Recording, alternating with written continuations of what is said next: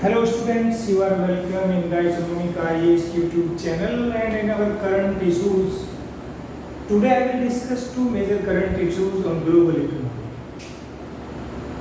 This session is very important for all aspirants who are appearing civil service as well as state civil service, Indian Economic Services, UGC NET JRF, because I am discussing here world economy as well as Indian economy on the basis of theoretical principle aspect. And as you know, presently global economy under the stress of different kinds of problems, generally they are arises because of world conflict among different countries like USA, Iran, Israel, Hamas, Russia, Ukraine, and trade policies opted by the different global countries like America by imposing different kinds of trade restrictions on export and import.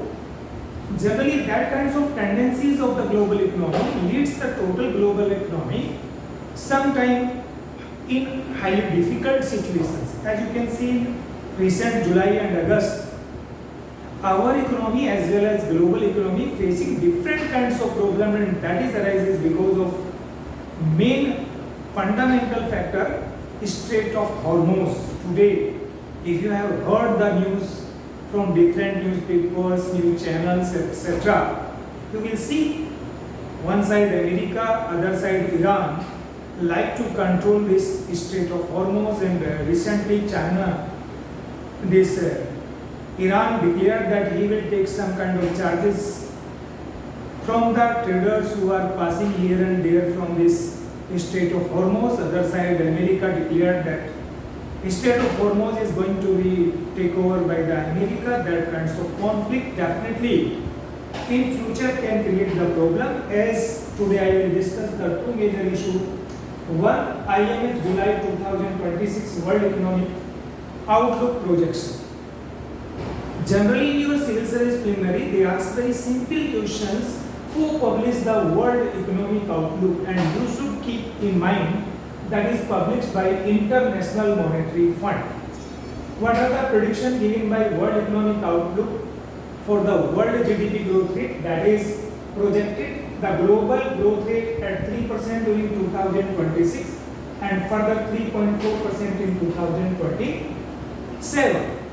Further, International Monetary Fund in its report World Economic Outlook find out those factors which are responsible for increase 0.4% growth rate during 2027. And you should also clear recently the era of technology and all those countries who are investing in more and more new technology, recently specifically AI related technology, because AI demand in global economy is supporting the growth rate all over the world economy, This AI increasing demand in the global economy, promoting the higher growth rate, and as you can see, other side, war and energy prices, crude oil petrol prices increase up to $95 per barrel recently. These two factors, that is war and energy prices, are pulling the growth rate towards downside. Which factor is more efficient? Recently it seems that according to World Economic Outlook that investment in AI related technologies are going to boost up the growth rate more than the shock of oil shock as well as energy crisis to downward growth rate. Other factor is what? Global recovery is not broad-based, that is narrow-based. Only one factor you can say, AI-related investment is boosting the growth rate, and when it will be broad-based, when industry as well as agriculture, as well as service sector, trade, all are boosting the growth rate. That is known as broad-based growth rate, but actually this growth rate boosted up by the emerging developing economy like India, and they are the engine of growth in present global economy. That is also concluded by the World Economic Outlook, IMF, in its report. And whereas the productivity in case of advanced economy, that is not increasing, that is facing some kind of constraints because of demographic constraints as well as these two problems, increasing oil price in the international market. Second, war between America, Iran, between Russia and Ukraine, between Israel and Hamas. That kinds of war-like situations and conditions, continuation of war, pushing the growth rate backward, and that is responsible for low performance in our growth rate. AI investment is creating a new source of productivity and capital expenditure. That is definitely a new source. All the country who are going to invest in new technologies, definitely their growth rate will be higher. As you can see recently, one side global growth rate is expected to be by the IMF 3% to 3.4%, whereas Indian economic growth rate is expected to be 6.7% by our organization like Reserve Bank of India, in place of 7.6% during 2025-26. During 2026-27 it is expected to be 6.7%.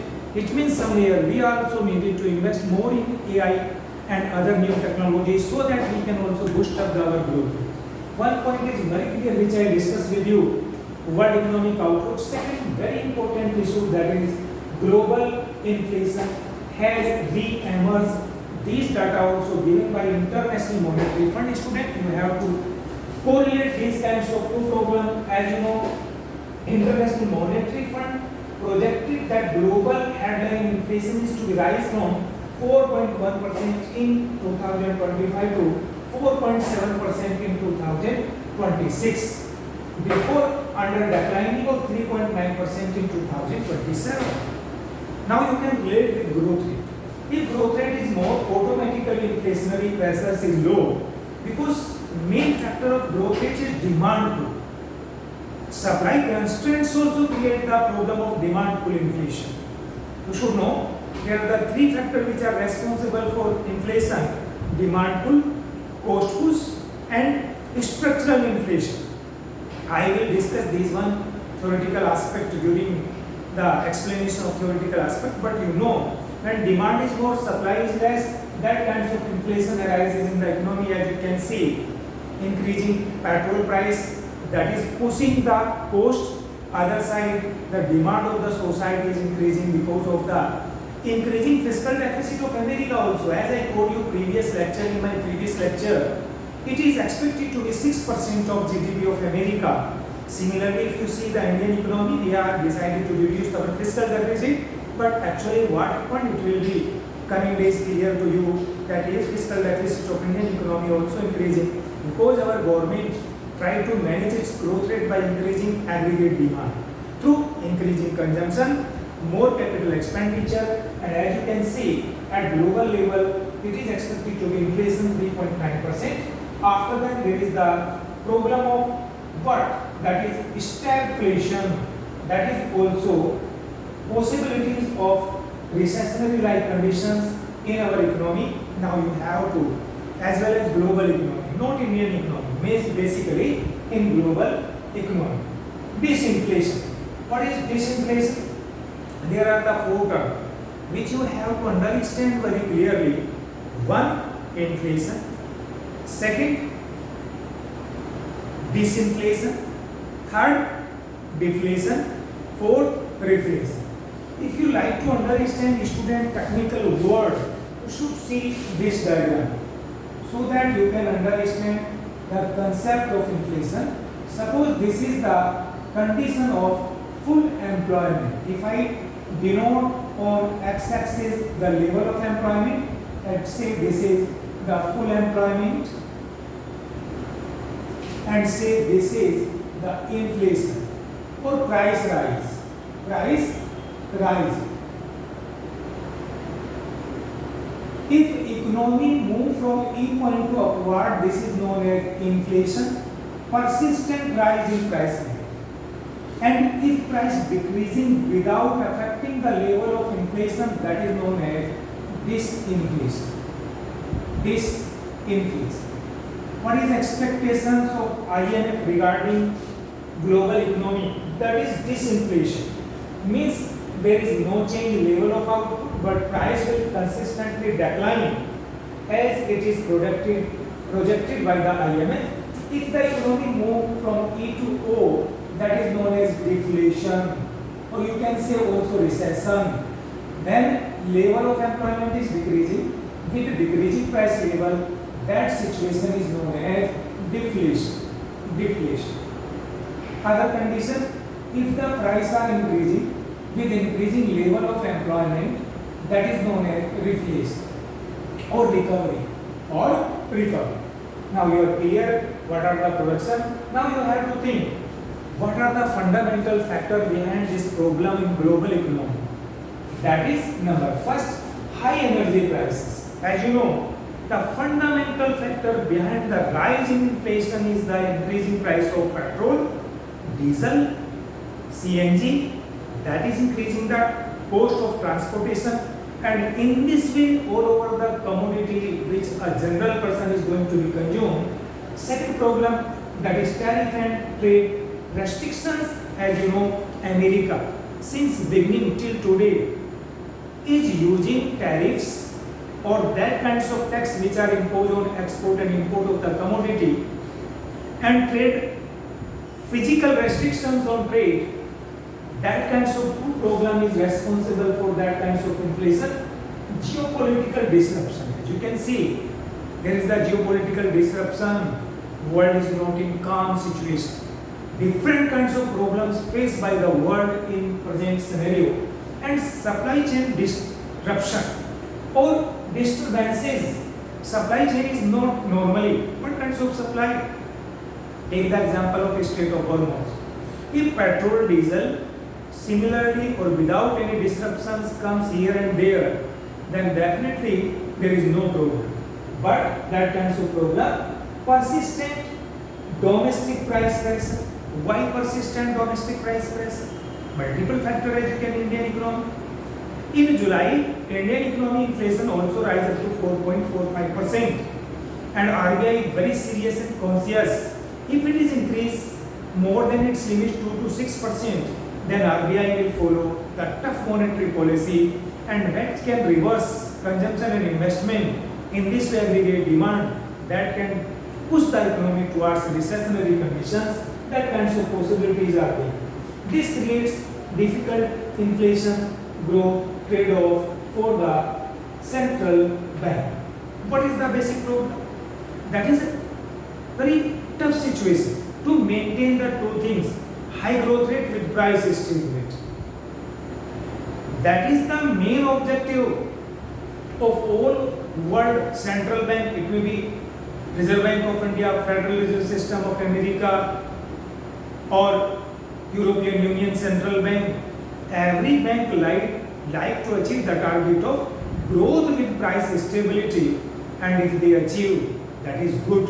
But when the situation is very difficult, inflation arises in an economy due to cost push, and if Reserve Bank of India or other any central bank follow the tough monetary policy or increase the bank rate, etc., CRR, SLR, etc., so that it can stabilize the price, the basic problem comes decreasing consumption and investment begin to decrease the aggregate demand, and in this way it begin to decrease the employment, output, growth rate.